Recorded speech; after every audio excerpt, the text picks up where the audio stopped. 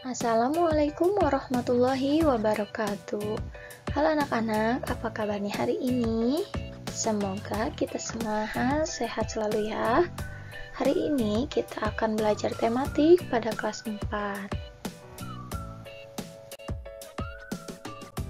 Sebelum memulai pembelajaran, alangkah baiknya kita berdoa terlebih dahulu. Berdoa di dalam hati dimulai. Berdoa selesai. Hari ini kita akan belajar tema 3, subtema 2, pembelajaran 1 dan 2 bersama Ibu Yusi. Adapun tujuan pembelajaran kita kali ini, yang pertama, siswa dapat membuat pertanyaan tertulis menggunakan kalimat efektif untuk persiapan wawancara dengan benar. Yang kedua, siswa dapat mengidentifikasi pentingnya peran hewan sebagai sumber daya alam dalam menjaga keseimbangan alam dengan tepat. Yang ketiga, siswa dapat menjelaskan upaya pelestarian hewan sebagai sumber daya alam dengan sistematis. Dan yang keempat, siswa dapat menceritakan pengalaman diri melaksanakan hak dan kewajiban terhadap hewan di sekitar dengan terperinci. Nah, anak-anak, selain tumbuhan, hewan juga merupakan sumber daya alam yang perlu terus dijaga keseimbangan dan kelestariannya. Jika tidak, maka hewan-hewan tersebut akan menjadi langka dan punah, seperti yang terjadi pada burung cendrawasih. Ayo kita cari tahu lebih lanjut ya tentang burung cendrawasih ini. Anak-anak, coba sekarang kalian amati gambar apakah ini? Ya, betul, ini adalah gambar burung cendrawasih, tepatnya burung cendrawasih dengan berbagai jenis. Nah, dari gambar ini, apa saja yang ingin kalian ketahui tentang burung cendrawasih ini? Wah, tentu banyak ya yang ingin kalian ketahui. Nah, kalian bisa menuangkan apa yang ingin kalian ketahui dalam bentuk pertanyaan untuk wawancara.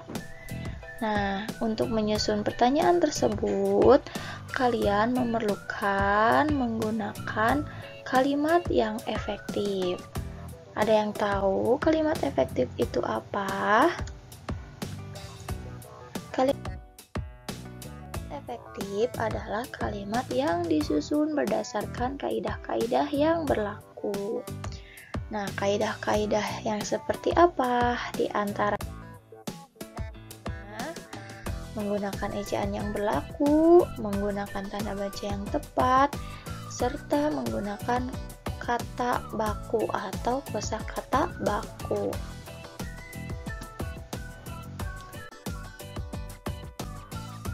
Sekarang kita coba ulas tentang burung cendrawasih ini ya. Burung cendrawasih disebut juga sebagai burung surga. Burung yang menjadi maskot Papua ini memiliki warna bulu yang indah. Bahkan kabarnya karena keindahannya itu juga, burung ini jarang turun ke tanah, lebih sering terbang dan hinggap di dahan pohon.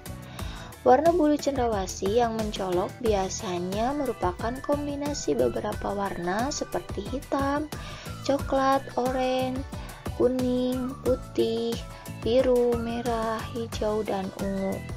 Burung ini semakin molek dengan keberadaan bulu memanjang dan unik yang tumbuh dari paruh, sayap, atau kepalanya. Warna yang bermacam-macam menjadi salah satu penanda untuk mengelompokkan jenis mereka.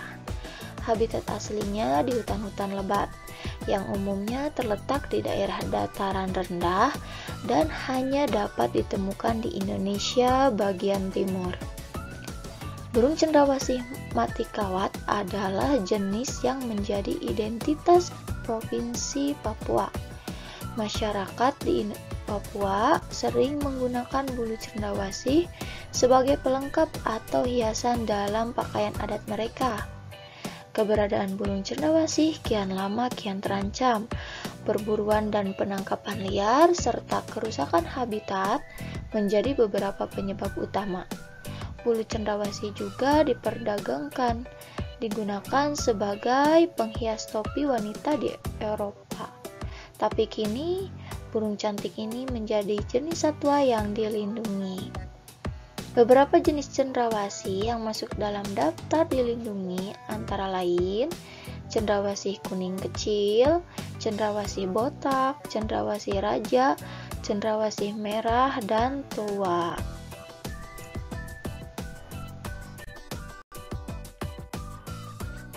Nah, anak-anak, selain cendrawasih, masih banyak loh hewan lainnya yang harus kita lindungi.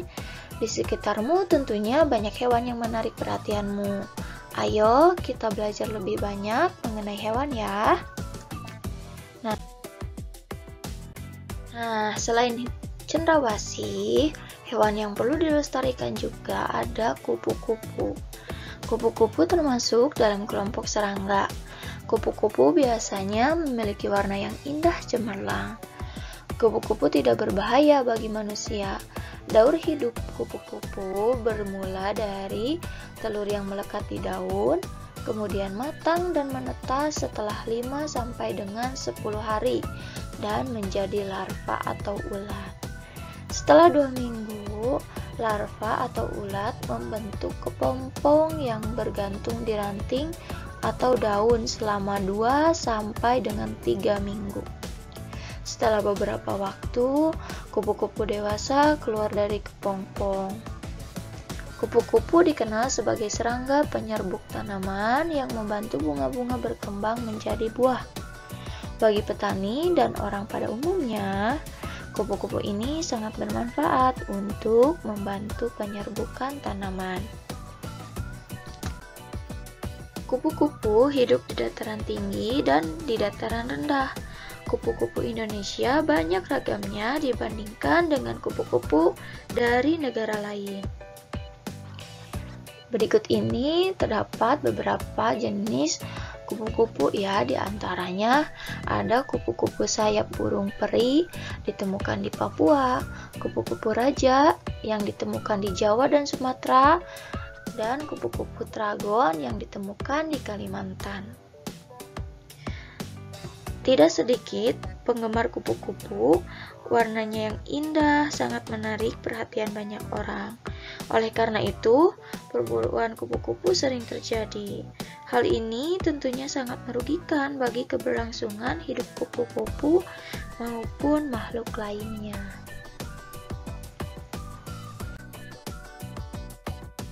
Nah, sekarang coba perhatikan cerita berikut ini. Berjudul Dayu dan si Mungil. Sudah sejak lama Dayu ingin punya hewan peliharaan. Dayu ingin memelihara kucing. Dulu ibu berjanji Dayu boleh memelihara kucing ketika Dayu sudah cukup besar. Kata ibu, Dayu bisa mempunyai hewan peliharaan jika sudah mandiri dan bisa bertanggung jawab. Sekarang Dayu sudah kelas 4 SD. Senang sekali hatinya ketika suatu hari ibu memberinya izin untuk memelihara seekor kucing.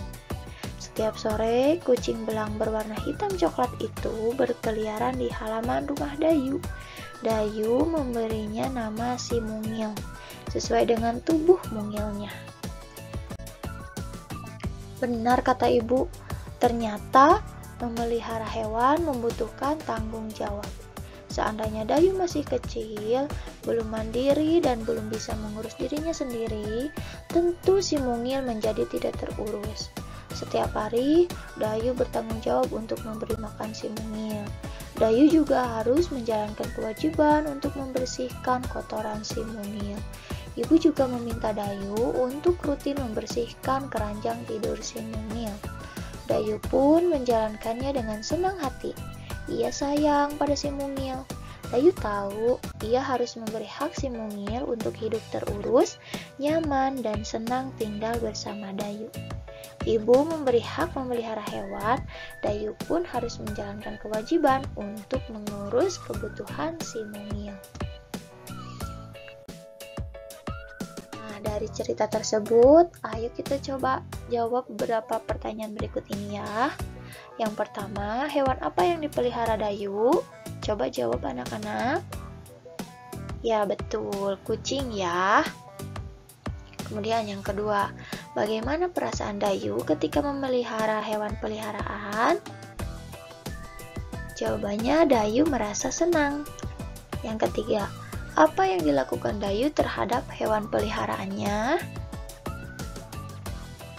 Nah, jawabannya, Dayu bertanggung jawab untuk memberi makan, membersihkan kotoran, dan rutin membersihkan keranjang tidur si mungil atau kucing peliharaan Dayu. Yang keempat, apakah Dayu sudah mendapatkan haknya? Coba jelaskan. Bagaimana, sudah atau belum? Ya, betul, sudah ya. Ibu telah memberi Dayu hak memelihara hewan. Kemudian yang kelima, apakah Dayu sudah melaksanakan kewajibannya? Jelaskan. Bagaimana? Apakah Dayu sudah melaksanakan kewajibannya atau belum? Ya, betul, sudah ya. Dayu sudah menjalankan kewajiban untuk mengurus kebutuhan kucing peliharaannya. Yang keenam, apakah Dayu sudah melaksanakan hak dan kewajibannya secara seimbang? Jawabannya adalah ya, sudah ya. Nah, sekarang coba kalian kerjakan. Yang pertama, pilihlah hewan yang paling menarik menurutmu. Jadi, kalian bisa bebas ya memilih hewan apapun yang menurutmu menarik. Kemudian, buatlah daftar pertanyaan tentang hewan tersebut menggunakan kalimat yang efektif. Kemudian yang kedua, coba kerjakan halaman 48-50 dan halaman 55-56.